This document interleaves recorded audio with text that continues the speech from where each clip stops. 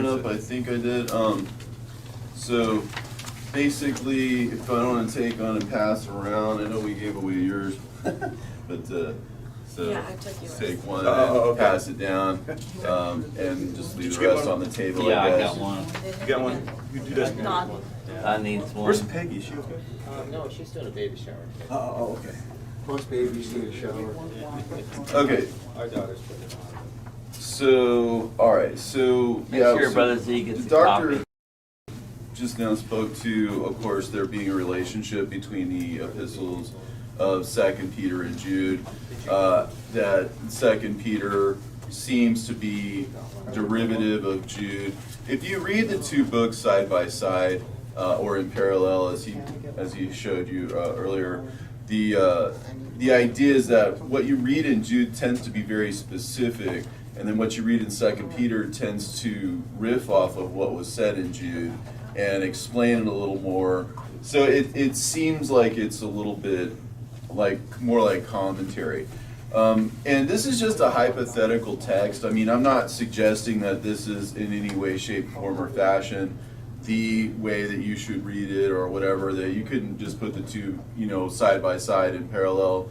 But I conflated the two documents entirely because I wanted people to be able to read everything as if it were one big letter and get, just so that you're not missing any pieces, you're not missing any context, you're not missing any place where they overlap, and then so the ideas of both, can Reinforce each present other. themselves, you know what I'm saying, all at the same time. And the last CD, or I'm sorry, the last DVD that I gave out, I believe that had the graph on it. I also threw in a visual reading of this. You can just read along. But that's a video disc. Yeah, that's a Yeah. video. Because I can't get it to play on my CD. Yeah, put it on your video Yeah, I tried player. that Put it on too. your Yeah. DVD player. I only have a Blu-ray right now, but I It should work. It'll work. Oh, It'll work. on Blu-ray? It'll work. Okay. Yeah. So if you take those DVDs that I have and put them into your DVD player or your Blu-ray player, Okay. almost 100% chance they're Yeah, going to work. it took me about 5 minutes to figure Yeah. out what wasn't going to work. But yeah, once you get used to it, you'll realize that it's a great thing to have because I go, you can oh, just talk this must be a video. But Hello. anyway, so and also besides just the reading, I've done a long sort of analysis of it. So there's I think a 3-part analysis or something that I did of 2 Peter and Jude integrated. So it's going to be a lot of what I'm going to go over today and however long I guess it takes to go through this. But if everybody has a copy, I just want to explain a couple of things before we jump too far into this. I put the little color coding up at the top so you'll know what I'm talking about. If it's in blue, it's in Jude. If it's in black, it's in Peter. If it's in red, it's in overlapping text. And if it's gray, it's just words I've added. And that really amounts to, I think I added the word "and" once or twice in this whole thing. And that's just about all that. I mean, this is literally just the meat of those two books integrated. You know what I'm saying? And that was just because it was necessary to read it in English. But so what you see, where it starts, and also the apocryphal and extra canonical allusions. Sometimes these are just they're touching on things that are either in apocryphal books or we don't have in the canon. So this is just to highlight where he's coloring outside of the lines, But they both do it.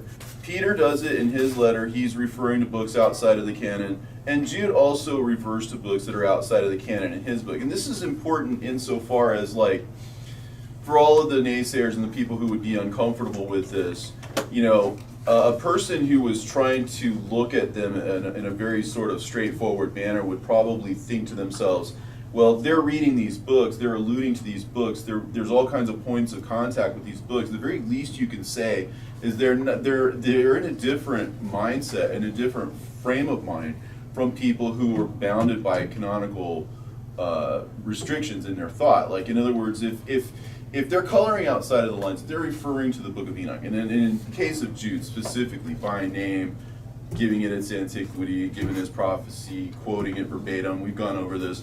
All right. Peter kind of he doesn't mention Enoch specifically, but he alludes to accounts, the stories in the Book of Enoch without naming his source. If you know that, So you know that's Enoch, right? Right. Yes, So- Jesus quoted from Enoch. Right. So because it seems evident, I mean, if you just look at the logical possibilities are Enoch, Jude, and Peter wrote these books independently, had no knowledge of each other, in which case they would have been inspired to write the same way, right? Just as a logical possibility. I'm not saying that's my hypothesis. Yeah. But another logical possibility is that Peter antedates Jude, right? And Jude basically copies off of Peter, let's say. If that were the case, then it's interesting because then Jude gets oddly specific, where where Peter seems to be speaking of just angels in general. Jude would then, in that scenario, be getting more specific. And Michael, the archangel, when contending with the devil, I'm saying, being very specific about that, right? So that seems unlikely because that's not generally how you would expect it to work. But even if that were the case, just if you just counted it as a logical possibility, it would mean that Jude was taking Peter and pushing it in the direction of apocryphal writings, which would still be pointing towards apocryphal writings to be validated. Chicken or the egg. Right. So, and if you look at it the way it most apparently looks, but as another logical possibility, that Peter is riffing off of the book of Jude and adding commentary to it. That's what it seems to be most likely, but just as a logical possibility or whatever, it means that he's affirming the book of Jude and giving it some, how should I say, how in the Bible where it says that in the mouths of 2 or 3 witnesses, all things shall be established. So he seems to be bolstering Jude and acting as a second witness to Jude, as if to say this enhances its validity. It's almost as if the question were asked, or if the question needed to be answered somehow, as to the validity of Jude, right? Because imagine a scenario where Jude, as we read it, as we understand it, is asserting that you should be reading these other books. I mean, after all, when he says that you should fight for the faith that was once for all delivered unto the saints, and then he goes on about all of these other books that are outside of the canon, are these books that are outside of the canon part of the faith that we're supposed to be fighting for? Seems like a logical question. And perhaps, I mean, I can imagine a scenario where questions were asked of that. Is that proper? Is that right? You know what I'm saying? Should we be doing that? Right? And then the book maybe potentially be brought to Peter somehow, or the question brought to Peter somehow, hey, Peter, you're the leader of the church here. You know what I'm saying? You're an actual apostle. I mean, I know Jude's only his brother, but you're an actual apostle, right? What do you say, right? So the idea is that if perhaps the book were meant to be out of the canon and then reintroduced into the canon, the book of Enoch, I mean, right?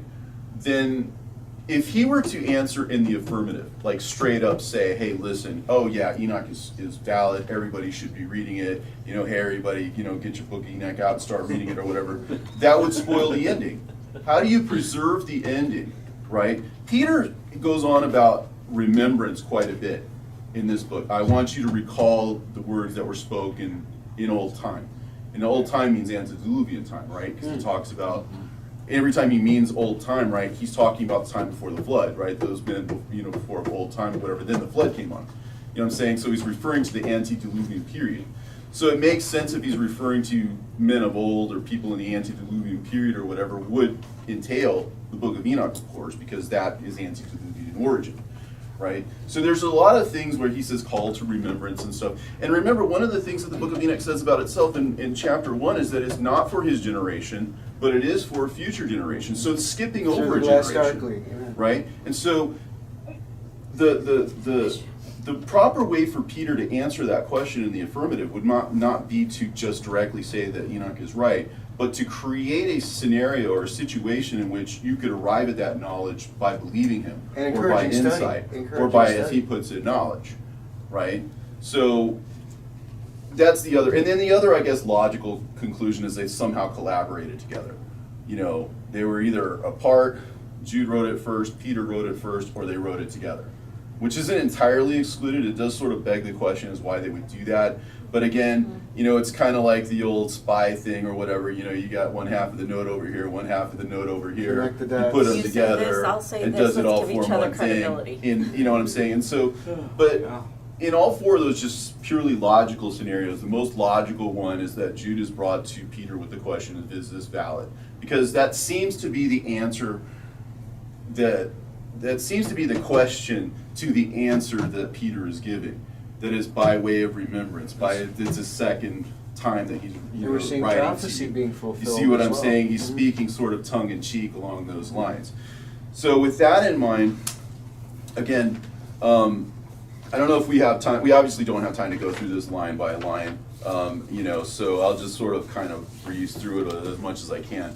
It says, Jude, the servant of Jesus Christ and brother of James, and then I put parenthetically, Simon Peter, servant and an apostle of Jesus Christ, to them that are sanctified by God the Father and preserved in Jesus Christ and called, that have obtained a like precious faith with us through the righteousness of God and our Savior, Jesus Christ. So, just a couple of things. Sanctified by God the Father, preserved in Jesus Christ, so there's a preservation, and then called. The elect are called. So it's kind of a three-step process.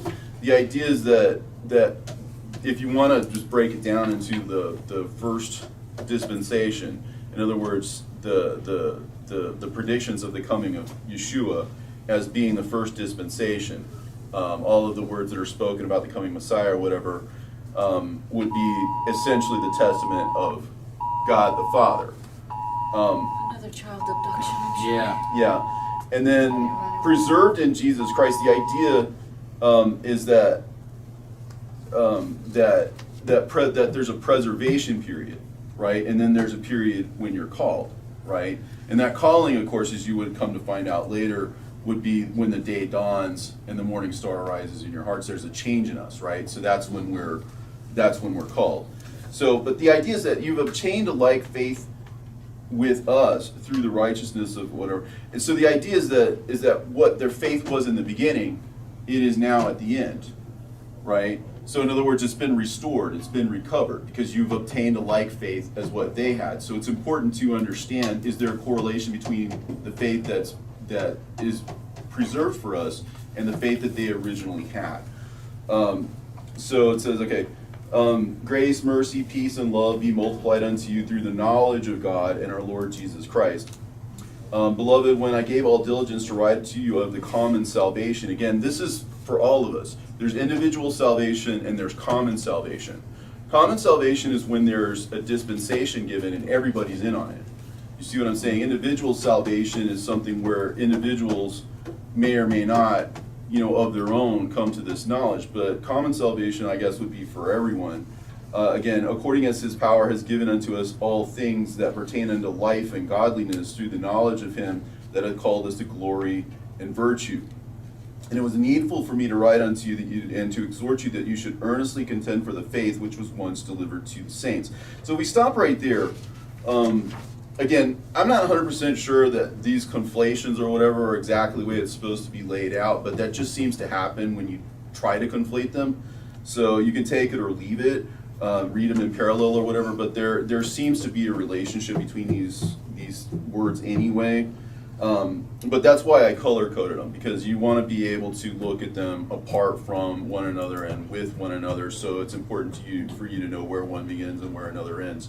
Because again, this is hypothetical, just like Q is hypothetical, just like a lot of things are hypothetical. Anytime you try to create a synoptic, harmony of the Gospels or something like that, there's a subjective element to that. You know what I'm saying? I'm not going to pretend that there's not. Right. But this seems to be where, if you were to conflate them, where they seem to fit. But the idea is that if there was a faith that was once for all delivered unto the saints, again, looking at the highlighted parts, is that part of the faith? Is that part of the faith that was once delivered unto the saints? Is it possible that this over here and this over here, which are quoting outside of the canon, is it possible that this is part of what was once delivered to the saints? And if that's the case, then that's the teaching from the beginning. So if then this is the conclusion that we come to at the end, you see what I'm saying? That means that we have received a like faith as what they had. See, our faith is alike, right? Yeah. So it comes from generation to generation, right? Right. We get the Like in same the Gospel answer. of Thomas, have you found the beginning then that you seek for the end? Because the end is at the beginning, and if the at the beginning all of these things are laid out before us and they are believed and it's highlighted that they are believed, you know what I'm saying? If they are then recovered, yeah. Go I want ahead. to say just something. To talk about defending the faith that was once delivered to the saints, and that's something we need to be doing now. Because I'll look at this thing that's on the news. It says Anglican Archbishop declares our father to be problematic, oppressively patriarchal, right? So here you have a bishop, not just a bishop, and of course these are the liturgical churches. In Old Testament, I'm sorry, in the early church, when they talk about a bishop, you're talking about a pastor, right? A lot of African American use it that way. You know, bishop, that just means pastor. But what the word Prince means, of the church. what the word means, came to mean is a bishop Had would be power. over Yes. several churches. An archbishop is over like a region, right? So this isn't just a bishop. This is an archbishop of the Church of England. And really, in a sense, of the- government. In a sense, government. Yeah, in Yeah, England, you don't have church separation of government. church and state, official. And he's saying Jesus, Yeshua, our Messiah, got it wrong. Our God is not Abba Father. And it's not just That's slamming But it's last day. It's last days. 2 years. prophecy. It's about a year or so ago. Oh, yes. Pope Mhm. Francis says, "I'm going to revise the Lord's Prayer. I don't like the way it says, lead us not to The temptation." commie pope. Yeah. That's offensive. God's not going to lead us into temptation. I'm going to take that out. That doesn't mean what you think it means. It's a misunderstanding. Like It's you're never supposed to have popes in the first place, but right. Well, it's like, okay, listen to me. I'm the Pope. Don't listen to our Lord and Savior Yeshua, the Messiah. And he got the Lord's Prayer wrong.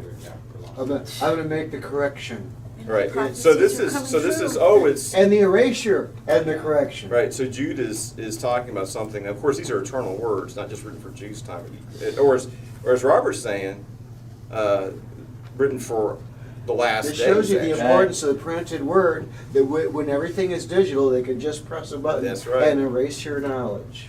There will be no history. I remember I was thinking the other day of when the internet came out. Right. People are so excited. It's the age of information, liberation, knowledge. Knowledge shall Every increase. person will be Men empowered shall go to and fro. to speak their mind, and we can have a chorus of voices and And we can dialogue find new answers. like the old never- answers are like the, are the never right before. ones. And here are we right now. They had Christopher Ray over there, and it's like you're directing. You know, you're controlling the FBI, the federal government's controlling speech on. Well, I wouldn't look at what we're doing that way. There's a court order. We're trying to get rid of it. So he's the FBI, and it's amazing. He's as dirty and crooked and treasonous as So you can be. we don't have the First Amendment anymore. They're controlling our speech, and it's We're like not like a you're free saying, nation. We're slaves. all this technology, and now they have algorithms where you can, like you're saying, they can make the Bible disappear. So it's good we or have anything physical- disappear. physical Change your currency. history. The You good need news it is writing. that even though we're in the world, we're not That's why they've of been the world, books. right? And we've Right. been given power to overcome Right. the world. You know, you can always get down into the particulars, and this is real to us because it's just now hitting us. But you know, tyranny is as old as time. Slavery is as old as time. And it, You know, it was the rule, not the deception exception. Yep. is as old as time. Amen. You know, the kingdom of darkness goes way back. One of the things And it that awaits I don't us want if to get we too allow it. metaphysical, but when you're born, you're changing context. You've come down from an eternal heavenly realm, and you see this in babies, right? Because they just seem like they're otherworldly. Mhm. You know what I'm saying? And this world, they're just out of context, and they just get beaten up by ignorance because they come from a place of divinity, right, and into a place of carnality, Yep. right? And they're out of context. All of us were once infants, and all of us got put through the ringer of darkness, right? And not by that accident. kingdom, well, but that kingdom is set up against God's kingdom, and you can see, you know, why, like in Thomas, the comparison between an actual 7-day-old youth and a figurative 7-day-old, you know, youth. In other words, the child of 7 days. The child is always with reference to the elect. The 7 days are days of 1,000 years. You know what I'm saying? But they're parallel. And the reason why is because that's one of those cases where the flesh and the spirit they just merge. They're both true. They're true on both levels, right? So the idea is that that would give you a corresponding sense of what your spirit is supposed to look like, or how you were supposed to be, like born again, new, infant, from a spiritual place, out of context in a carnal, physical world. But he goes on, like, if we take what Jude is saying, it was needful for me to write unto you. Again, it's important, it's needful, it's vital. You know what I'm saying? The word needful here is used, so it's not just like, oh, it's great if I can write. You know what I'm saying? It's essential. Necessary. Write unto you to exhort that you should earnestly contend for the faith which was once delivered to the saints. Right? Again, Peter seems to say that it's by virtue that we are given these great and precious promises, but again, believing God is the true virtue. Like when the question is asked to who is his true family, for example, it's those people who are listening to him, right? So it's related tangentially. The idea of believing him is that's your source of virtue. You see what I'm saying? So, and it says, whereby are given unto us great and precious promises, right? That ye may be partakers of the divine nature, having escaped the corruption of this world through lust. Again, that's the second image, the child of the seventh day in terms of becoming the elect, becoming, again, out of context with this world and into context with the world to come, right? To restore us essentially to a spiritual state. This is what we see when we be like the angels in heaven. That's what we see when we see Moses and Elijah at the transfiguration in their exalted form, Stephen turning into an angel, seeing into heaven, all at the same time he's communicating with people on the earth. You know what I'm saying? He's spanning those two worlds. Right? Yeah, so we are transcendent like that is what it's telling us, right? And that our restoration will come when we escape the world of lust, when we get out of this world that is twisted and that's drawing us down and into, we blame each other and we talk about names and stuff like that. But demons enter people. Demons of thought enter you as your thoughts change, right? Because everything is sort of by affinity. As your thoughts change, certain ideas can pass into your thoughts, and certain demonic entities enter in with those things because they grow and they build inside of you, and they establish themselves inside of you. If you just think about it on the level of thoughts, just the thoughts by itself, you ruminate on things, you fixate on things, and you, like an antenna or like some kind of spiritual, whatever the word would be, you draw these things to yourself, and people call it all kinds of things, the law of attraction, or where you get what you want, but essentially it's all by affinity. If you have a pure heart, right, then the pure thoughts and the pure energy and the pure whatever, that God himself can enter a pure heart, because the pure heart makes room for that. The pure heart humbles itself enough to be malleable and to be receptive And he to knew these us from things. the So foundation if of the you world as fixate well. on the virtues of things, if you fixate on what's right, if you fixate on what's good, right, that's just not limited to your physical actions or whatever. The whole universe is changing around you. The entities within you are reacting to that, and they don't want to let go. I mean, once they're in there, they're holding on. You know what I'm saying? But a lot of times you're not dealing with people. You're dealing with the ideas that filled their heads. You're dealing with the spirits that have entered their bodies. You're dealing with, the residue. I mean, they're almost zombified. They're speaking neologisms and words and stuff like that didn't exist 20 years ago. You know what I'm saying? It's just being fed to them, and they just be our conduits of those things. Sorry. Television, driving, bumper stickers on cars, billboards. I mean, it's just like, it's like, Inundated with Yeah. information. It's like the movie Them, where everything is, the messages that it's giving you. When you put the sunglasses on, you see that it's all buy, obey, and that is really that we're living in a dark time. That the demons, they know it's the end the way it time, and manifests- that's why this activity with the return of Israel, the UFOs, that we are privileged. We have a terrible privilege to live in this day for such a time as this. We are the sons of Issachar. Well, the way that it would manifest, let's say, in the world of academia or in the world of the church, let's say, following I think tradition. that movie is They Live. yeah. Yeah, Not but because we have Yeah. because what we receive is street- Rowdy Piper. A Because street preacher gives this guy some glasses with which he can see reality. I'm sorry. Rowdy Piper, yeah, great Yeah. movie though. well, okay, but because we're so laden down with tradition, there are things that won't occur to us. Like, again, if all of these things that I've highlighted are allusions to or are touch upon apocryphal writings, right? Why is that not presented to the church body? At least, at least come clean about it. Say, hey, listen, we don't believe these things. We reject these things, but they are there. Because if you say that, you're pretty much giving yourself away. You're Right. saying, well, here I'm looking at where it says here, not just Enoch, but all kinds of places here. He's making allusions to the angels. Like if you go to the second page, right, it says the angels was kept not their first estate, but left their habitation. He has reserved in everlasting chains under darkness unto the judgment of the great day. And then you go read in, where is it? Yeah, Enoch 54, for example. The word chains is mentioned. It says, and I looked and turned to another part of the earth and saw a deep valley burning with fire, and they brought the kings and the mighty and began to cast them into this deep valley, and there my eyes saw how these are instruments, iron chains of immeasurable weight. And I asked the angel of peace who went with me, for whom are these chains being prepared? And he said unto me, these are being prepared for the host of Azazel, so that they may cast them into the abyss of complete condemnation. And they shall cover their jaws with rough stones, as the Lord of spirits commanded, and on and on and on. Right. But again, that's a reference to the book of Enoch. And the chains are a very specific reference to that. So in effect, by not putting, when traditionalists and even academics, who really should be the most fair, because the academic should literally say, hey, listen, this still is referring to Enoch 54, even though we don't believe. But see, if you just Right. say it, sometimes you just say things, right? I want to mention something real quick about, there seems to have been two separate falls of the angels, right? Mhm. Like in the book of Enoch, these women, I mean, I understand people debating it, there's room for different understandings, you don't have to have a falling out with people, don't accept it, right?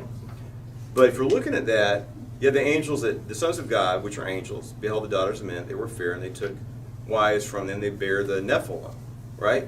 According to the book of Enoch, what happens to these angels? There's this big, Enoch is like an emissary. They ask, God says, well, actually these things are so cruel that people cry out to God for deliverance, and God sends the angels. They go to Enoch, you're going to be God's voice in the world, you're going to be God's voice to these angels.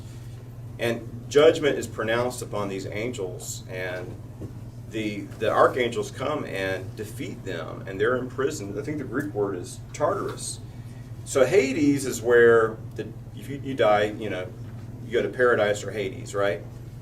But you have Tartarus. Tartarus is, I guess the Greek version would have been the Titans. The Titans are evil gods that are imprisoned in Tartarus. That's the word that's used in these epistles here.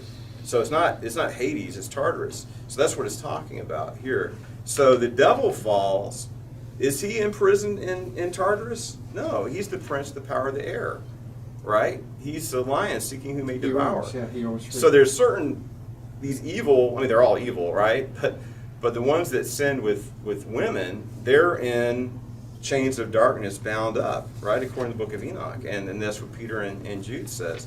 Satan, he's, they know his judgment's coming, right? Yeah, but he's still Right. given, he's awaiting his judgment. He's still given this role, I guess, of, as the tempter.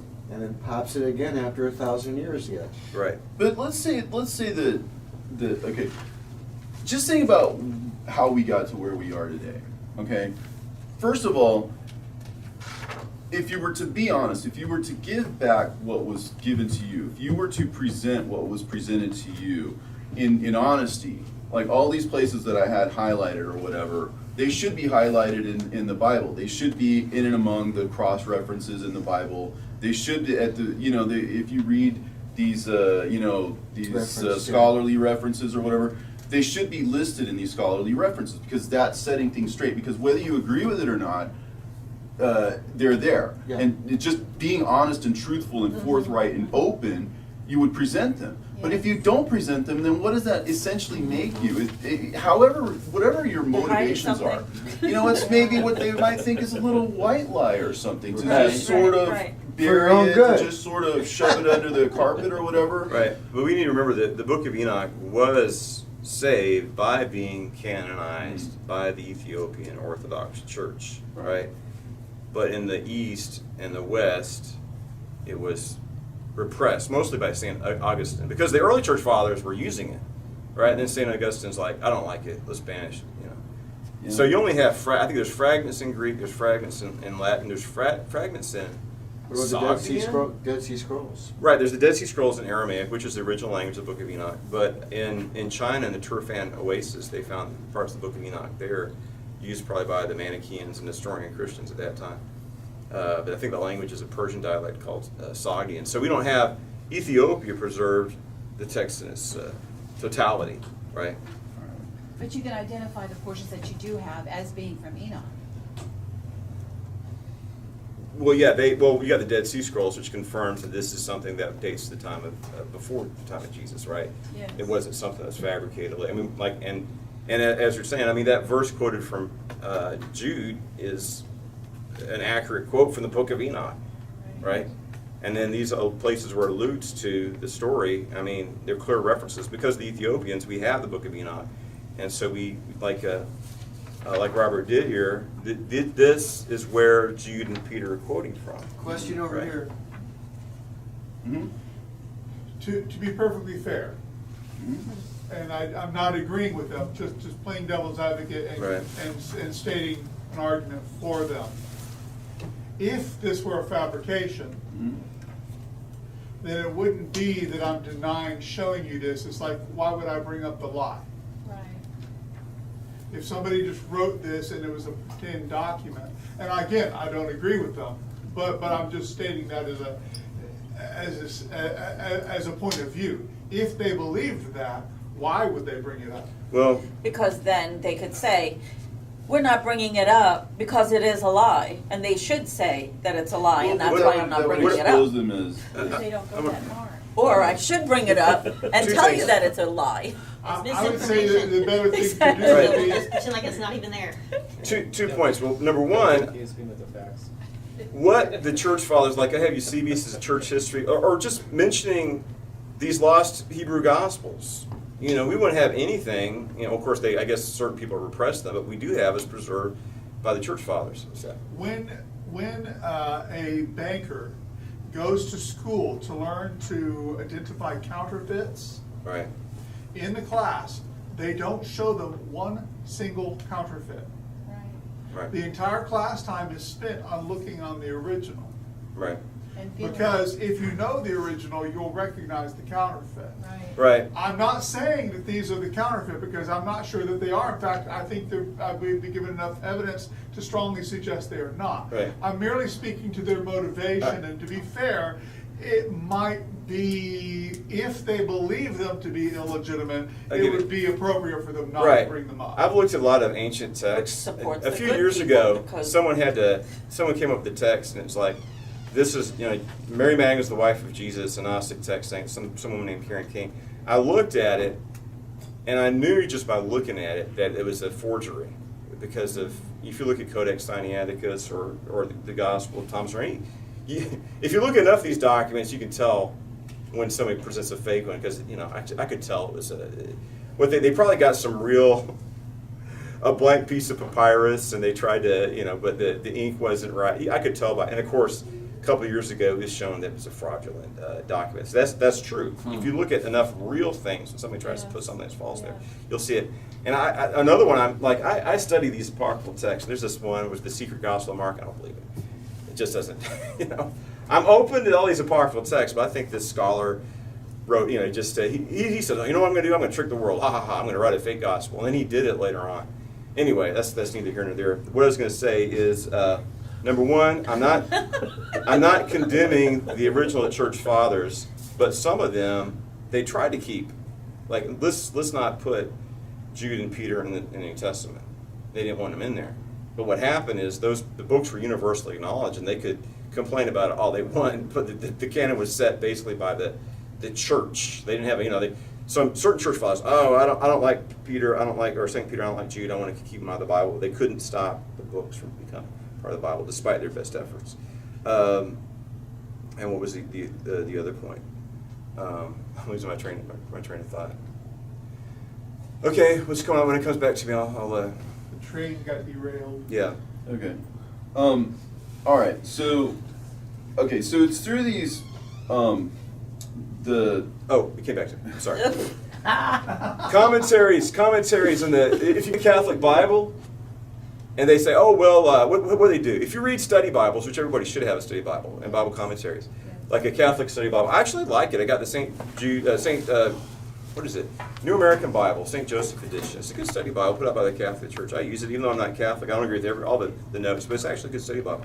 And how they do it is like, oh yeah, Jude and Peter, they're quoting from contemporary documents, but that doesn't mean that those are really inspired. It's like, just because Peter and Jude use those documents doesn't mean we should too. So they do deal with that. They try to explain it away. So that's my point. Number one, the Church Fathers tried to keep these books out of the Bible and they failed. Number two, the Catholic Church and other commentaries know that these books are authoritative scripture, but they try to dismiss the fact that they quote from these apocryphal and so-called pseudepigraphal texts. So that's my whole point. That's just a coincidence too, right?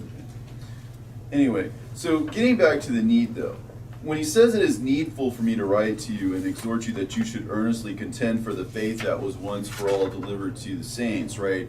He's giving you a command, right? This is a call to arms. This is something that's saying, hey, listen, this is important, right?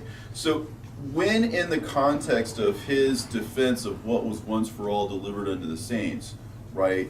What they choose to focus on time and time again, over and over and over again within this both of these books, is that they're constantly referring to books and to events that lie outside of the canon that came to be known, right? So if you take into account the notion that what you're supposed to fight for is what they bring up, if it's the examples that they bring up are the things that you're supposed to fight for them, the one thing we do know is that the fight for these things essentially was lost, at least temporarily, because those books were suppressed. If you look at the highlighted sections, you'll see that it's not only Enoch and not only the assumption of Moses, but it's further. There seems to be an allusion to the Gospel of Thomas. These are wells without water, right? In the Gospel of Thomas, what do we read? It says, "Oh Lord, there are many around the drinking trough, but there's nothing in the well," right? So nothing in the well means there's no water in the well. So could it be? Possibly, but it's not something that's spoken of, at least as far as I know, in the canon. And also, when he refers to the sow that was washed, it goes back to her wallowing in the mire. If you read on this page, there's a quote, that's a quote from Ahikar 7:27, where it says, "Oh my son, thou hast been to me like the pig who went into the hot bath with people of quality, and it came out of the hot bath, it saw a filthy hole and went down and wallowed in it," right? So why is he calling it a true proverb? Is he saying this is true? Is he quoting this book? Well, maybe, but he's not quoting anything as far as we know inside of the canon. So he's got a canonical proverb, which is the dog is returned to its own vomit again, which is Proverbs. And then he's got one that's extra canonical. So why is he using one and then the other side by side? Is that an open question, or is there some reason for that? You know what I'm saying? I guess the presumption is you got to let God be true and every man a liar. If he makes the assertion that this is the faith that we have to fight for, and then this is the faith that we know for a fact has fallen by the wayside, most of it's gotten lost or has been lost and then returned or recovered or whatever, but at some point it was gone. So that whole time that it was gone, this is the time of darkness. This is the age of darkness. And the people who were teaching that darkness, again, because you're born into darkness basically by default. Again, you start out in heaven, so you come in with the heavenly spirit, with the innocence and the purity that a child has, right? And because they're shoved into this body outside of their heavenly context. And again, this is what you're killing when you kill the baby, right?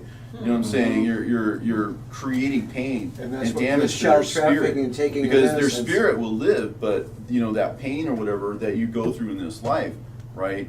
When you exit this life, it's supposed to have a certain effect on you. They got the pain and none of the life. You know what I'm saying? So their existence was wasted, you know what I'm saying, and squandered and ended in pain. You know what I'm saying? And that's just a horrible thing to do, but human beings don't realize what they're doing because they're living on the level of the flesh. It's a sacrament. Well, to them. in a judged satanic for it. sense, it's a sacrament, yeah. Oh, But- speaking of that, We go. The Biden chewed on a little girl. He was gnawing on her and biting on her and munching on her. And she is And she's terrified. screaming. He And her goes mother's up- taking a picture. I don't instead think her of mother. shooing him away. I don't think her mother realized what was happening. So this guy, you should watch the video. So he's like, It's all- and this child's like, oh, that's not he's like, it's like, What do you think he does when his handlers aren't around? yeah, And it's what do you disturbing. think this adrenochrome and child trafficking and missing and dead children and child sacrifice? It's all true, and that's why they're so freaked out by It's- this, it's- by I That's this mean, all movie. stuff that was in the Bible too. They would sacrifice their Yes, children Bob. to Moloch and Yeah. stuff. It's something that's been going on for a long time. That's not essentially what I was getting at, but that's just as a side note, that once you're here in this world, you are beaten down by the material, right? Through lust, it talks about, through the corruption, right? Governments are corrupt. All knowledge is incomplete, right? You know, I once joked about like, well, what if the speed of light is so and so? What is the speed of dark, right? Because it was there first, right? But the Bible says this, right? You know, in the beginning, you know, there was the heavens and the earth, and there was darkness, right? Because the darkness was already there. When you're born default into darkness. You're born default into lack of knowledge, right? So if there is such a thing as knowledge and it's hidden from you, you'll never come to know it until it's found. And so you'll have this time of darkness. You'll have this time of not knowing. The bottom line is, like I said, if all of these highlighted parts point to extra canonical stuff, just look at the sheer volume of these things that touch Yeah. on it at least, right? Make allusions to it. If these are the things that we're supposed to fight for, we didn't fight for them, or we didn't fight hard enough for them. But and again, you know, that could easily. I mean, that's supposed to be by design. Obviously, I shall make the last things like the first, or I shall make the first like. You know what I'm saying? The idea is that there is a beginning, there is an interim, and then there's a recovery. And again, since I don't have that much more time to speak, I probably have to take this up with some other time. But one of the big themes in 2 Peter is I will make sure that after my departure, you will be able to remember these things, right? I will call these things to your remembrance. I wrote this second letter to you. You know what I'm saying? The idea is that there is a falling away from this knowledge, and it's recovered by means of knowledge, because he explicitly says, right, that, again, besides this giving all diligence, add to your faith virtue. In other words, if you believe, then show you're a believer, right? I believe what he's telling me, and so I'm highlighting it and showing it to you because truth is important. Right? And a virtue add knowledge. Again, because by virtue of the fact that I'm pointing this out, people can come to the knowledge that it's there, right? And to knowledge temperance. Again, don't waste your time in the things of this world. There's so much to know and to discover and to share. You know, you've got your work cut out for you, right? So you should be temperate and serious, and again, patience. Patience is always referring to the time when the knowledge is going to be restored, but up until this point, right, there's going to be, he's giving time, he's giving space, because again, let's say this had been done 1,000 years ago, 2,000 years ago, right? Then it would have been closed off to all of us. All of us are being called too. Yes. You see what I'm saying? Yes. He's creating more lives to save Yes. over time. Yes. And so he's got his eye on how many fish he can catch, so to speak, versus Right. how long, oh Lord. Because I mean, even the people who are under the altar are like, oh, how long? Oh, how long are you gonna? You know what I'm saying? It's a very long thing, and the carnal mind, when you look at that, it's like, yeah, I mean, why are you putting these people through it? You know what I'm saying? But this is why, because there's a greater, bigger picture, right? And it says, okay, and then to your patience, godliness. And to godliness, brotherly kindness, and to brotherly kindness, charity or love, right? Because if these things be in you and abound, they make you that you shall neither be barren nor unfruitful, again, in the knowledge of our Lord Jesus Christ. Again, I'm just highlighting here. I mean, I'm just highlighting. It's just there. So it's not opinion, really. It's knowledge. I mean, some of these are maybe a little shakier than others. I'm not going to say that they're all, home runs here, but you can see the parallels. That's why I put them in here. Yes. You can see where they are tangentially, but I'd say a good 90% of them are pretty dead on. You know what I'm saying? And you can see that, right? So I'm just saying that this is probably the faith that they're saying that we had to fight for, that is to be restored, that is to be called to our remembrance.